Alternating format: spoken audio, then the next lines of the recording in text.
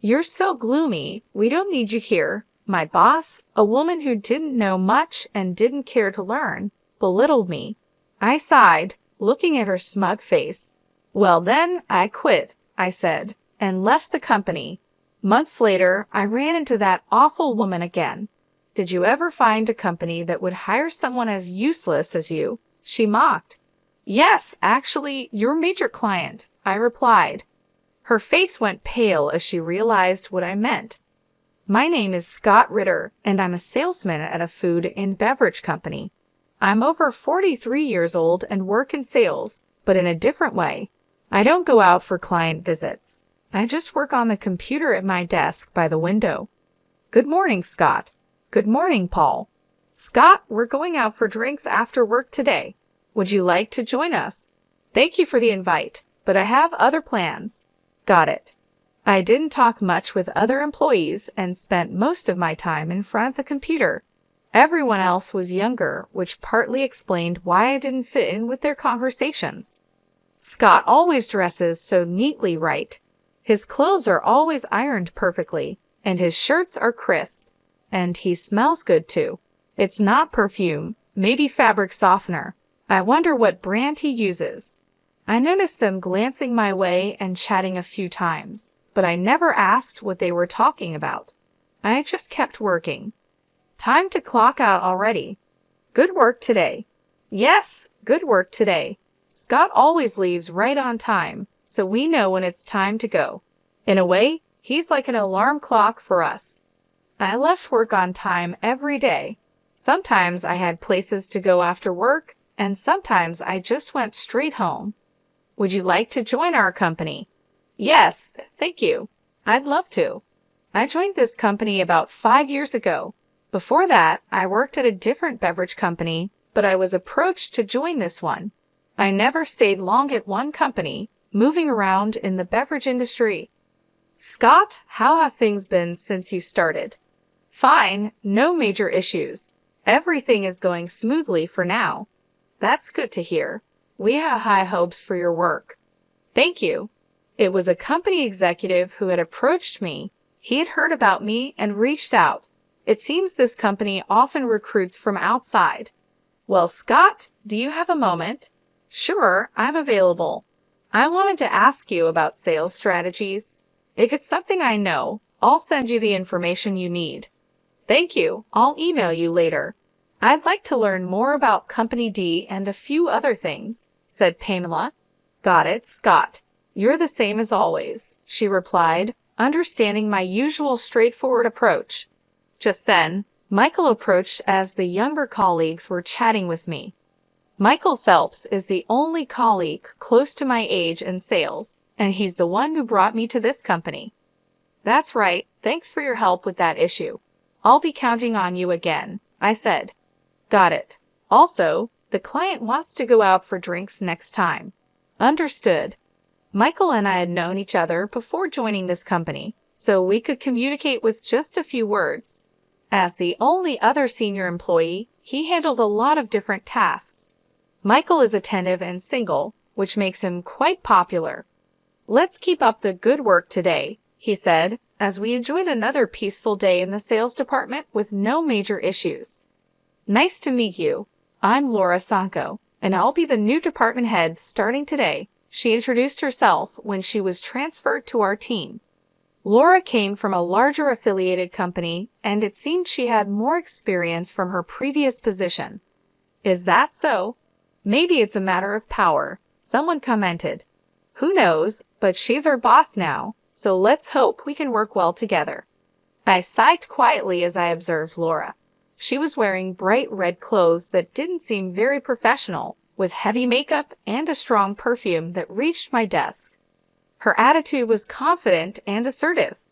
Listen to what I say. I'm in a higher position than you, she said, making her authority clear. The thought of her being the boss made me uneasy. Hey, who prepared this document? She asked. Yes, that was me. Read this document, and the client you're handling will now be my responsibility. Am I really changing this now? What's wrong with this document? Figure it out yourself. Look, it's easier to read this way. But in our company, we usually just do as I say, she insisted, making sure everyone in the sales department followed her lead because of her background in a big corporation. She's really the worst. She's all friendly with the young men and Michael, but she's tough on us women, a colleague whispered. I'm just trying to stay out of her way, I replied. It's tough, but let's support each other and get through this. Everyone followed her instructions reluctantly to avoid unnecessary trouble. Sighing, Michael asked, "What's wrong?" "It's about Laura, our manager, as he invited me out for drinks on a rare day off." He sighed heavily, looking genuinely troubled. "Laura has been really on my case lately. Every day she's asking me out." "I see, I get it," I replied, understanding his situation. It seemed she often invited him out for drinks or meals. Michael looks young for his age, so Laura didn't seem to mind the age difference. He's not comfortable with romantic relationships and has his own reasons for staying single, so being pursued like this was a real burden for him. When I talk to female colleagues, Laura scolds them. That's troublesome. Exactly. Michael agreed, clearly struggling with Laura's behavior too. He sighed wearily. Upper management isn't much help either. Yeah, I tried talking to them once, and they were pretty indifferent about it. It's really affecting me. The whole atmosphere in the sales department has changed. Who knows what will happen next? As expected, the sales department went from being peaceful to tense. Everyone was trying not to get on Laura's bad side. "Hey, you," she called out. "Yes. Don't just sit at your computer all day. Get out and work." "I am working though. I have told you to go out and visit your clients. Since I've been here, I haven't seen you leave the office even once. And yet, you're always dressed up." That's when Laura started targeting me. She glanced at my computer, clearly not understanding what I was doing. "You're not doing any work, are you?" "I am doing my job." She thought I was slacking off. "Besides, you hardly talk to anyone in the office. You just say hello and nothing more." "Everyone is busy, so I try not to disturb them," I explained, preferring to communicate through email and chat.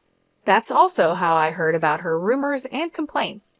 "Really, you're so gloomy. You're in sales, but you're glued to your computer, not going out for field work, not interacting with other staff. And you're always dressed in mismatched clothes, leaving right on time. Are you taking your job lightly?" Laura seemed to really dislike me, constantly picking on me and making snide remarks. "Scott, are you okay? Laura was hard on you today, right?"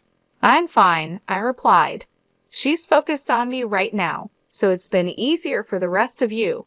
Let me know if you need anything. We're here to help." "Thank you, everyone." The sales staff noticed what was happening and showed their concern. They often intervened by saying things like, "There's work to do," or "A customer is here," to pull her away. Aside from Laura, I had good relationships with others. "What's with that manager? She complains about Scott leaving on time, but she leaves early too." "It's true. I saw her at a bar the other day." "Me too. She was drinking a lot." "How much does she spend on drinks?" "Apparently, she was drinking with business partners, and it's all being paid for with company money." "Really?" More and more, the talk about her wasn't about her work skills, but rather unpleasant rumors. "Are you okay?" "I'm fine. If her bothering me gives you all a chance to work, then it's okay. I'm really sorry if anything happens. I'll help out, and you know what's going on.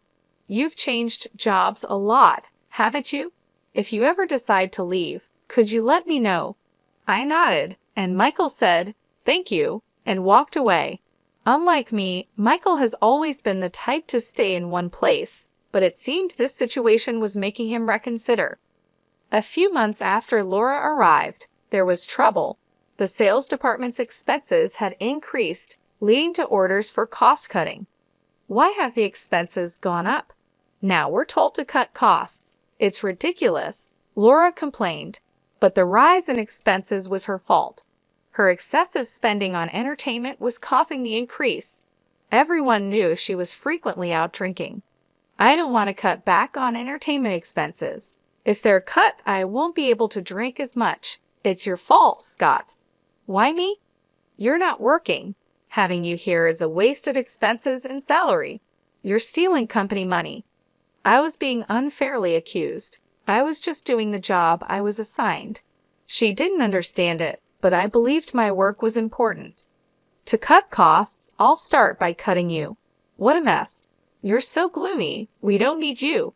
Pack up your things and get out of the company. Is that an order from the boss? Yes, you're fired, she said with a smirk. I just sighed. Then I quit. Don't ever come back to this office. Getting rid of an incompetent employee will save us money. Without much resistance, I packed my things and left the company. Are you really quitting? Why so suddenly? Laura said I was fired. Well, if she said so, maybe there's no other way. Even the executives couldn't stop Laura's actions, given her connections to a larger company. It seemed inevitable. That day, I resigned and left the company. Scott, please come back to our company. We need you here. We'll talk to the manager, read numerous messages on my phone, all begging me to return. But I had been fired, and there was nothing I could do about it. If you're not here, I don't know how to proceed with our business strategy, a female colleague said cheerfully over the phone. I appreciate everyone's words, but I've been let go. Don't say that, she replied, but as much as I felt for my trusting colleagues, there wasn't much I could do.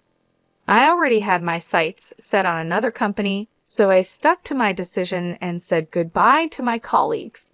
Well then, Scott, are you okay? Pamela asked. Actually, I was about to contact you. After reaching out to a certain company, I immediately got a call from Michael.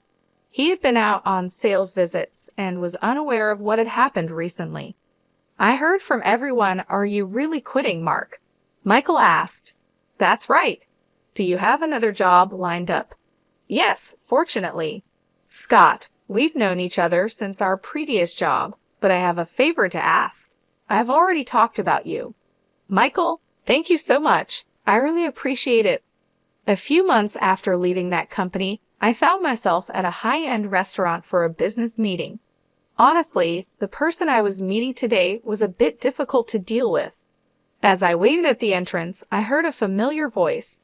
Well, long time no see. Laura Sanko appeared, smirking. Oh look, it's the gloomy window seat guy, she said in a condescending tone. What are you doing here? Surely not eating, right? You couldn't possibly afford a meal here, could you? She mocked. Did you ever find a company that would hire someone as useless as you? She continued, clearly unaware of my current situation. Well, actually, it can't be anything important, right? She interrupted, not giving me a chance to explain. She continued with her mocking laughter. What would a useless non-worker like you be doing at such a high-end restaurant? Are you part of the cleaning staff? It's just like you to try to look cool. It doesn't suit you at all. I'm not part of the cleaning staff. I'm here for work today. Work, huh? That's a word for people who actually work hard, like me, not for incompetence like you, she sneered. Today I came here as a sales manager for a business meeting, not like you, who just sits at a computer. As I grew tired of her endless chatter, someone approached us. Hey, sorry I'm late. I've been waiting for you, Director Charles. It was Charles, the director from the major restaurant chain Bloom Dining. I shook hands with Charles, and Laura suddenly bowed her head. Director Charles, thank you very much for your valuable time today. Seeing that it was Director Charles, Laura quickly started to butter him up, showing just how important this business meeting was for her company. Hi, Laura. Looking forward to working together. But really, if both of you had arrived earlier, you could have waited inside, Charles said to me with a friendly smile. Laura looked confused. What? Scott is involved in this business, she muttered under her breath, clearly shocked. Shall we go inside, then? Charles suggested. Yes, let's, Laura replied, still trying to process what was happening. Prompted by Charles, we proceeded into the restaurant and were guided to a private room. What's going on here? Laura whispered to me, still confused. Don't rush, you'll understand soon, I whispered back, making sure Charles didn't hear. Once inside the private room and after the attendant had left, I prepared my business card. It was time to clear up the confusion. Here is my business card, I said, handing it to Laura. What? Really? Laura's eyes widened as she looked at the card. It read, Scott Murphy, head of Bloom Dining Food Research Department. You asked earlier if there was a place that would hire me. Well, I was picked up by your major client, I said with a smile. Laura's face turned increasingly pale. After leaving that company, I had contacted Charles. I had known Charles for a while and had previously received an invitation from him. I'm glad you joined us, Scott, Charles said. Thank you. I look forward to working with you. The pleasure is ours. We're grateful to have someone with your talents join us. We'll be counting on you. Yes, I'll do my best. So I joined Bloom Dining and took on the responsibilities entrusted to me. Just like in my previous company, my work was recognized, leading to a smooth promotion to my current position as the head of the department. Is that really possible? Laura mumbled, still in disbelief. Is something the matter? I asked. No, it's nothing, she replied, shaking her head with a pale face. She couldn't believe that the person she had deemed incompetent and fired had now become the head of a department in a major corporation. It can't be right. You are the incompetent, gloomy one. Laura was stunned. What am I supposed to do now? She whispered to herself. The reality that her business negotiation partner was someone she had ridiculed and treated poorly, and the fact that her company was now in a weaker position, seemed to overwhelm her. It was a complete reversal of our previous situation when she had fired me. Now, it was time to see her skills in business. So well, she stammered. How are things going with this matter? Charles asked. Laura seemed unable to deliver her usual smooth sales pitch, glancing at me often, still shocked by the earlier revelation. Eventually, she left the meeting in disarray. Did you know Laura?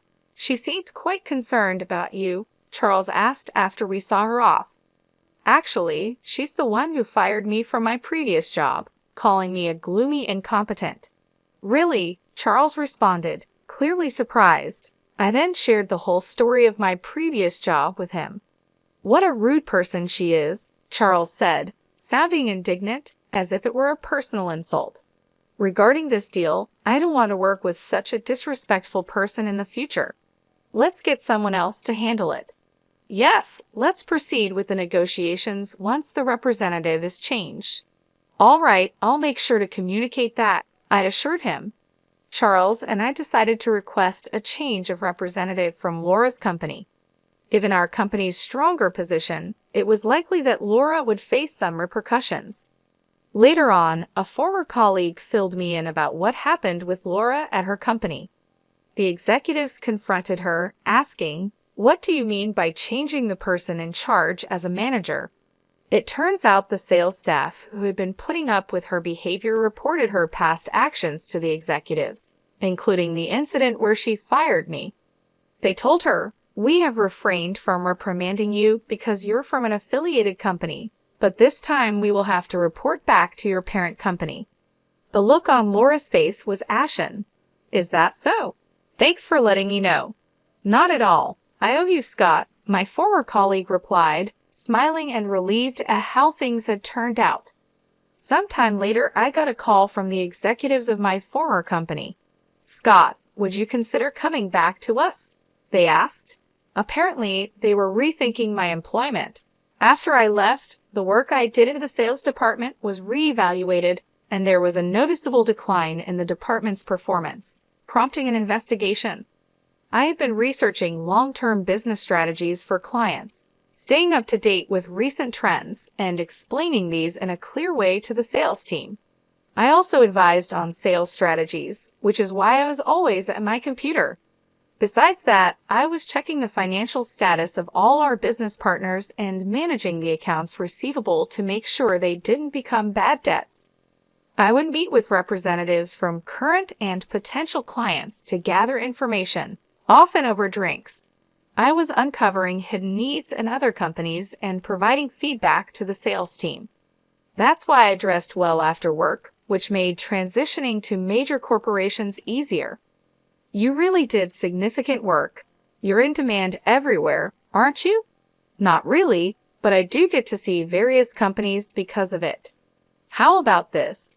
We can offer you more than double your previous salary. Double my previous salary would be a substantial amount, but I said, I'm sorry, I can't trust a company that tolerated her behavior to such an extent, and I'm happy with my current job. With that, I ignored their plea to reconsider and declined the offer to return. I heard our manager came for negotiations for us. Charles is our director now. Oh, my apologies. Michael was the first to approach me with this news. When I was fired, Michael decided to switch to Bloom Dining and joined the sales team after me. He had been with the previous company for many years, but had enough of dealing with Laura. He thought about moving to another company like I did. My firing was the trigger for him to join Bloom Dining. Interestingly, Charles, after hearing from me, was ready to hire Michael on the spot, but the dedicated Michael went through a formal interview to join our team. Originally a talented salesman, Michael now excels at Bloom Dining too. Scott, please listen. Calm down, Helen, I said. Helen, a female employee from my former department who cried when she learned I had left, still seemed to admire me. I've been assigned the research tasks you used to handle. Can you teach me? Really? Taking over the tasks from a company I left is. Please, I really want to improve our sales. Despite my hesitation, I was moved by Helen's eagerness and decided to teach her. So this is how it works. Yes, that's how it works. Our relationship resembled that of a teacher and student due to the age difference.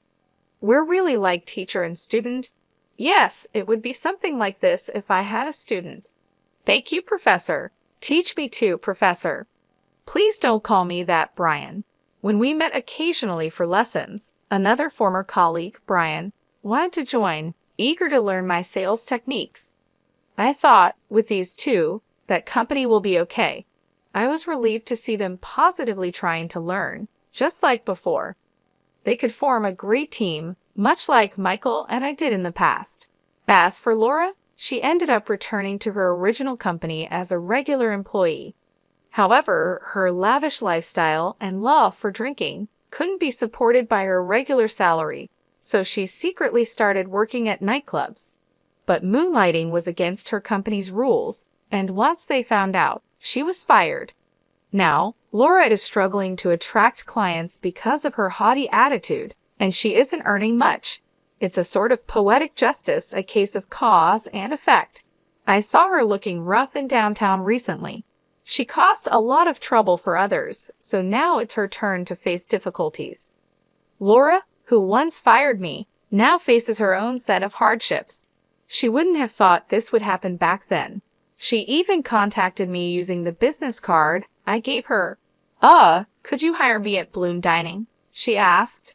That's impossible. At least contact Michael, I told her. She contacted me too many times and was becoming a nuisance, so I passed her messages to Michael. He replied, I'm sorry, but I'm not interested in people like you, and frankly, I dislike you. Please don't contact me or my colleagues in the future. To be honest, I don't want to hear from you again. Michael clearly refused her, and after she kept trying to reach out to him, Michael contacted his lawyer. She was then placed under a restraining order and could no longer approach him. Being popular can be troublesome, but I never wanted this kind of attention. Michael and I had worked together at one of the companies during my job-hopping days. He had been engaged, but after his fiancée died in a car accident, he remained single. Since then, he understood the nature of my work and began relying on me. Now, he's thriving as a skilled senior in sales. Meanwhile, I'm grateful to be using my skills at Bloom Dining, where I conduct research with a more generous budget than before. Thanks to my efforts, Bloom Dining's default rate decreased significantly, and we were able to understand our clients' needs in more detail. leading to increased contract rates. It was definitely the right decision to bring you on board. You've made a significant difference, Charles said. I'm glad to be of service to the company. Everyone praises you. They said contracts became much easier to secure because you identify the needs so precisely. That's good to hear. I just did what I could. I'm really glad I joined this company.